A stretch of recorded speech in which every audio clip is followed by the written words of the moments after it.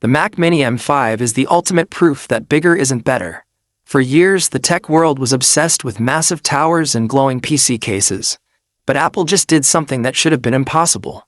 They took the world's most efficient architecture, shrunk the footprint to a 5-inch square, and then, with the M5, they turned it into an AI supercomputer that fits in your backpack. Today, we are tearing down the Mac Mini M5. We're going to talk about why the new N3P process isn't just a minor speed bump, but a total architectural overhaul that makes the M4 look like a prototype. If you've been watching the US market lately, you've seen the shift. We are no longer in the megahertz war. We are in the neural war. As we sit here in early 2026, the demand for local AI processing has exploded. People don't want to send their data to a cloud server in Virginia every time they want to generate an image or summarize a document. They want it done here on their desk instantly. And the Mac Mini M5 is Apple's answer to that demand. It is the most powerful value king they have ever produced. And if the rumors of a spring 2026 launch hold true, it is about to make every other budget PC irrelevant. Let's talk about silicon. The M5 chip is built on TSMC's refined 3nm N3P node. This isn't just about fitting more transistors into the same space. It's about the neural accelerator built into every single GPU core.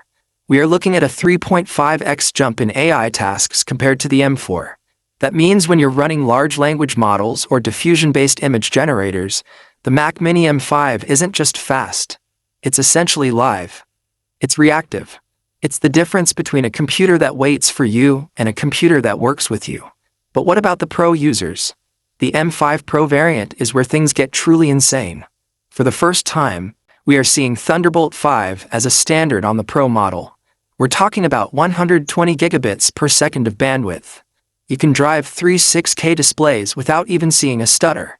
And with the rumored modular chip layout, where the CPU and GPU are on separate blocks, Apple is finally giving us a level of customization we've never seen in a Mini. You can potentially spec a high-core GPU without being forced to pay for a CPU you don't need.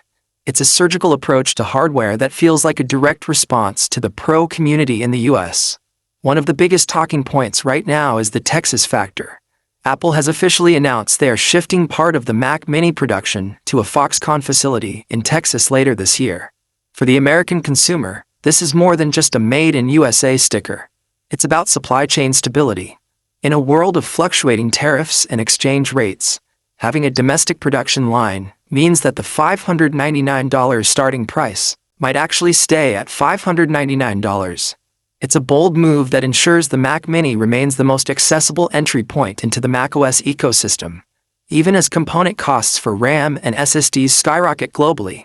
Let's address the design.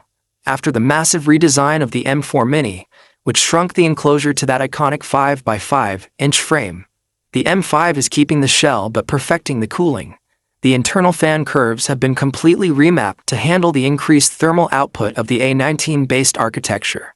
It remains dead silent, even under heavy 4K video renders. This is the hidden luxury of the Mac Mini. You have the power of a workstation, but you don't have the noise of a jet engine under your desk. For home office setups in New York or creative studios in LA,